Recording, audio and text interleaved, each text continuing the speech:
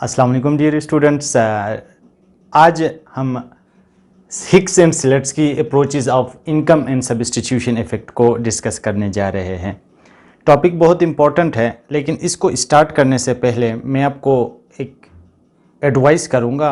जब भी इस टॉपिक को, इस लेक्चर को आपने देखना हो, इस कंसेप्ट को क्लियर करना हो, तो इससे पहले हिक्स और सिलेट्स की जो अप्रोचेस है, इसको पढ़ने से पहले आप लोगों ने क्या करना है, एक वीडियो मैंने अपलोड की है इनकम एंड सब्स्टिट्यूशन इफेक्ट पे, उसको पहले देखना है।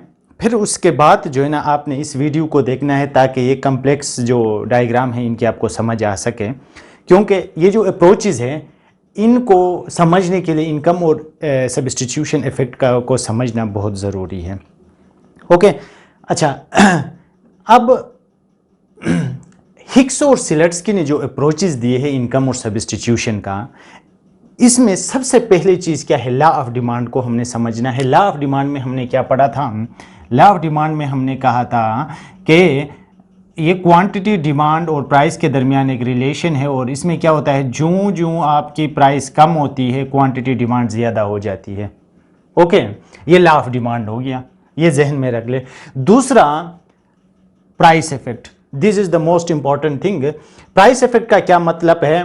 प्राइस इफेक्ट का मतलब है कि सबसे पहले हमने ये देखना है कि प्राइस इफेक्ट इनकम इफेक्ट और सब्स्टिट्यूशन इफेक्ट पे मुश्तमिल होता है, जिसको हमने पहले लेक्चर में पढ़ा है। इसका क्या मतलब है कि प्राइस इफेक्ट यह है कि जब प्राइस कम होती है तो क्वांटिटी डिमांड ज्यादा हो जाती है।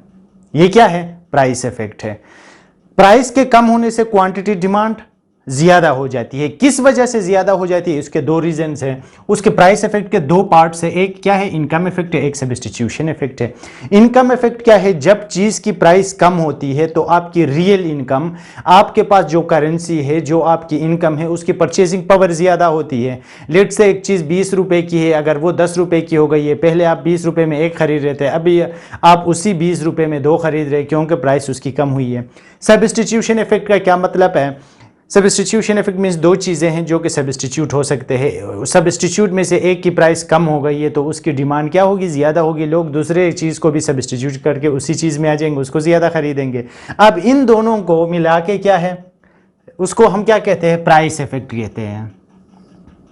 ओके, अब यहाँ पे एक लॉजिक क्या है, अब प्राइस इफेक्ट अगर इनकम इफेक्ट और सब्स्टिट्यूशन इफेक्ट से मिल के बन रहा है, तो अब प्राइस इफेक्ट के अंदर कितना इनकम इफेक्ट है, कितना सब्स्टिट्यूशन इफेक्ट है, इसको देखने के लिए दो इकोनॉमिस्ट ने अप्रोचेस दिए हैं। दो इकोनॉमिस्ट ने एक डायग्राम के जरिए समझाया है कि कितना इनकम इफेक्ट है प्राइस इफेक्ट में, कितना सब्स्टिट्यूशन इफेक्ट है। लेट से अगर प्राइस के कम होने से क्वांटिटी डिमांड ज्यादा हुई है, जिसको लॉ ऑफ डिमांड हमें कहता है, और वो किस वजह से है? प्राइस इफेक्ट की वजह से। प्राइस कम हुई है, प्राइस इफेक्ट हुई है, तो डिमांड ज्यादा हो गई है।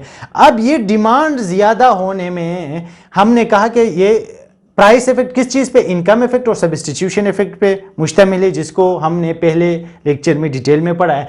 और अब हिक्स और सिलेट्स की ने कहा, ये कॉन्सेप्ट जो दिया है, उन्होंने कहा है कि प्राइस इफेक्ट में कितना इनकम इफेक्ट है और कितना सब्स्टिट्यूशन इफेक्ट है। ओके, अब क्या करना है, पहले हम क्या करते हैं, हिक्स अप्रोच को देखते हैं। हिक्स ने क्या कहा था इसके बारे में, प्राइस इफेक्ट में, इनकम और सब्स्टिट्यूशन इफेक्ट के बारे में। ओके, अब यहाँ पे हमने जो मार्शेलियन का एक वो डायग्राम जो है, इसमें से सिर्फ हम एक क्या लेते हैं, डिमांड कर्व को ले लेते हैं। एक्स एक्सिस है, ठीक है, वाई एक्सिस है। एक्स एक्सिस में हमने क्या लिया है? गुड एक्स को लिया है। वाई एक्सिस में हम क्या ले रहे हैं? गुड वाई ले रहे हैं। ओके, अब हमारा जो ओरिजिनल बजट लाइन जो है, ओरिजिनल बजट लाइन वो क्या है हमारा? ए ओ B1। ए और B1 हमारा क्या है? ओरिजिनल बजट लाइन है। Okay, original budget line means के एक कंज्यूमर की इतनी बजट है, वो इतनी चीजें खरीद सकता है। अब क्या हुआ, इसमें प्राइस इफेक्ट आ गई। प्राइस इफेक्ट आने से क्या हुआ, बंदे की रियल इनकम ज्यादा हो गई। क्या हो गई, रियल इनकम उसकी ज्यादा हो गई, एक चीज की प्राइस कम हो गई। ठीक है, प्राइस कम होने से एक बंदा पहले क्या ले रहा था, ए से B1 तक चीजें ले रहा था। अब हम एज्यूम करते हैं कि प्राइस क्या हो गई, कम हो गई, तो ये क्या होगा, A1 से B2 तक चला जाएगा। ये जो पहले हमारी बजट लाइन थी, ये वाली A से B1, ये अब क्या होगा, प्राइस के चेंज होने से बजट लाइन क्या डिविएट कर जाती है। ठीक है, डिविएट करके A से B2 तक चला गया। पहले कंज्यूमर पहले वाली प्राइस में 0 से B1 ले रहा था, अब प्राइस कम हो गई है तो क्या कर रहा है, 0 से B2 तक चला गया। AB1 हमारा ओरिजिनल बजट लाइन थी, इसमें वो क्या ले रहा था, कितनी चीजें ले सकता था, 0B1।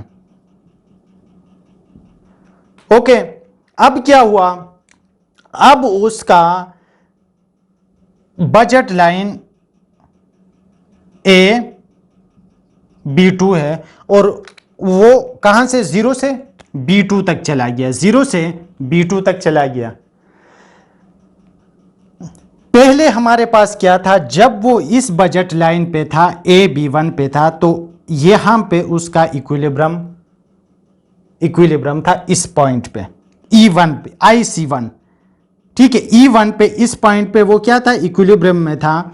वो कितना चीजें ले रहा था, गुड X ले रहा था, 0x1 इतना गुड X ले रहा था। हालांकि वो कितना ले सकता था, 0 से B2 यहां तक उसके पास बजट उसका था, लेकिन वो क्या कर रहा था, इतना गुड X ले रहा था और X1 से E1 तक, यहां तक वो क्या ले रहा था, गुड Y ले रहा था। अब क्या हुआ, इसका बजट बढ़ गया। पहले यहां से यहां तक था, अब बजट क्या हुआ गया, यहां से 0 से B2 तक चला गया। 0 से B2 तक जब उसका बजट चला गया, तो वो बजाय इसके बजाय हम क्या करेंगे, एक नया इंडिफरेंस कर्व शिफ्ट बनाएंगे इस पॉइंट पे, क्योंकि इसकी बजट जो है ना, इसी पॉइंट पे पहले वो B1 ले रहा था, अब B2 ले रहा है, ज्यादा हो गया है। तो यहां पे हमने क्या किया, एक और पॉइंट हमने X2 पे एक इक्विलिब्रियम आ गया इसी बजट लाइन पे।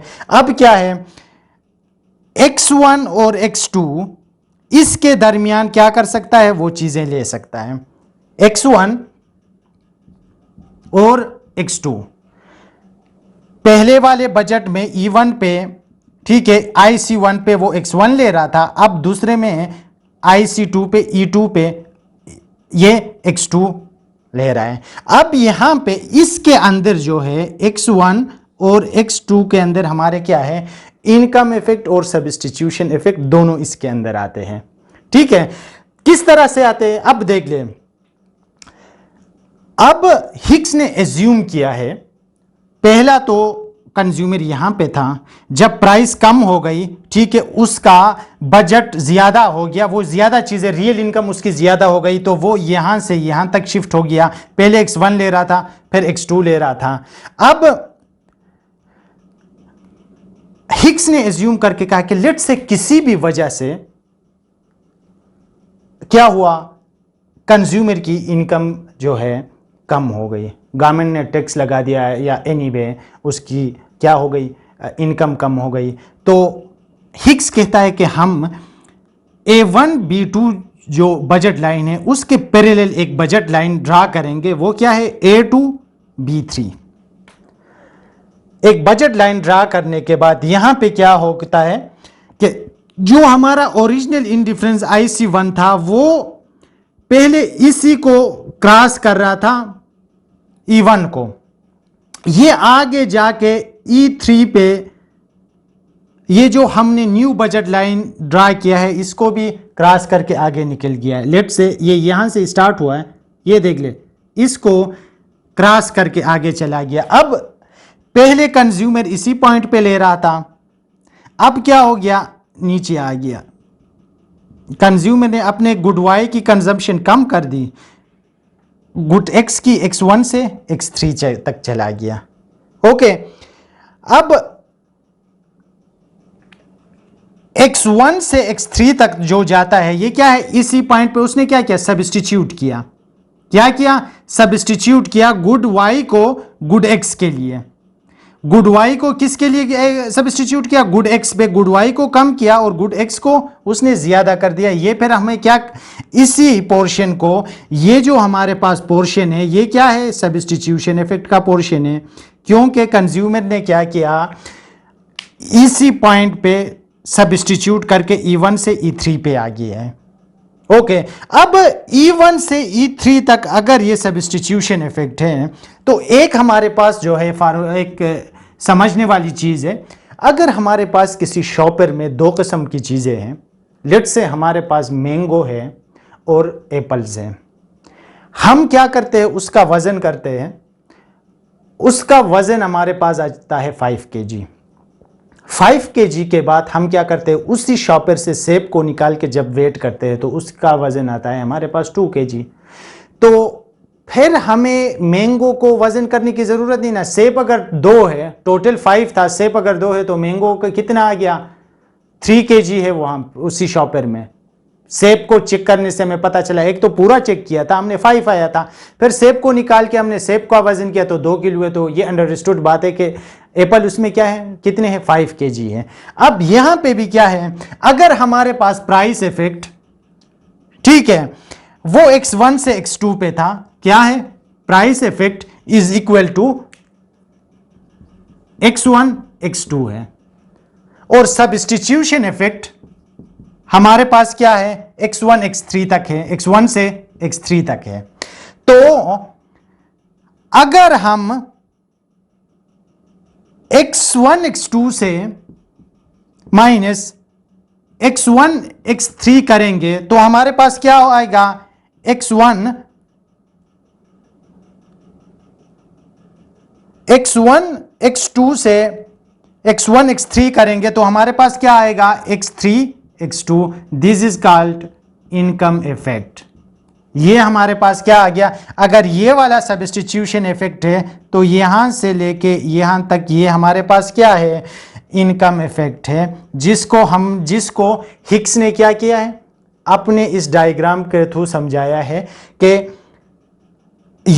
ये x1 से x3 तक सब्स्टिट्यूशन इफेक्ट है। कंज्यूमर यहां से यहां तक क्या करता है, सब्स्टिट्यूट करता है, प्राइस कम होने की वजह से। प्राइस कम हुई है तो वो क्या कर रहा है, y को कम कर रहा है, x को ज्यादा कर रहा है, प्रोडक्शन को। और उसके अलावा जो पोर्शन है ये क्या है हमारे पास, इनकम इफेक्ट है। ये क्या था हमारे पास, हिक्स का अप्रोच था। अब जाते हैं सिलेट्स्की की तरफ। सिलेट्स्की क्या कहता है, सिलेट्स्की का भी इनिशियल लेवल पे सेम ही है जिस तरह हिक्स की अप्रोच है। वो भी क्या कहता है, हमारे पास जो बेसिक बजट लाइन है वो क्या है, A to B1। बेसिक हमारे पास जो बजट लाइन है A to B1, कंज्यूमर की बजट इतनी है। अब वो भी एज्यूम कर रहा है कि अच्छा क्या हुआ कि चीज़ की प्राइस कम हो गई और रियल इनकम ज़्यादा हो गई। रियल इनकम ज़्यादा हो गई तो कंज्यूमर पहले 0 से B1 पे तक खरीद सकता था, अब उसका बजट ज़्यादा है, रियल इनकम की पावर उसकी ज़्यादा है। बजट उसका फिक्स है लेकिन उसकी रियल इनकम ज़्यादा हो गई, परचेजिंग पावर ज़्यादा हो गई, प्राइस कम होने की वजह से है। तो वो 0 B1 नहीं बल्कि अभी इस प्राइस कम होने के इफेक्ट की वजह से वो 0 से B2 तक ले सकता है चीज़ें। अब पहले हमने क्या किया था, यहाँ पे ये जो ओरिजिनल बजट था, यहाँ पे कंज्यूमर इक्विलिब्रियम पॉइंट ये था E1 जो कि नीचे की तरफ जा रहा था। इसको हम ये कितना ले रहा था ओरिजिनल बजट में, अपने ओरिजिनल बजट में कंज्यूमर ले रहा था 0x1 गुड x और x1 x E1 क्या ले रहा था, गुड y ले रहा था। अब जबकि उसका बजट ज़्यादा हो गया है, यहाँ से यहाँ तक चला गया है, तो कंज्यूमर क्या कर रहा है, अब 0 से x2, 0 से क्या है B2 उसका बजट है, तो वो अभी क्या कर रहा है, 0 से x2 गुड x ले रहा है और x2 E2 कितना क्या ले रहा है, गुड y परचेज कर रहा है।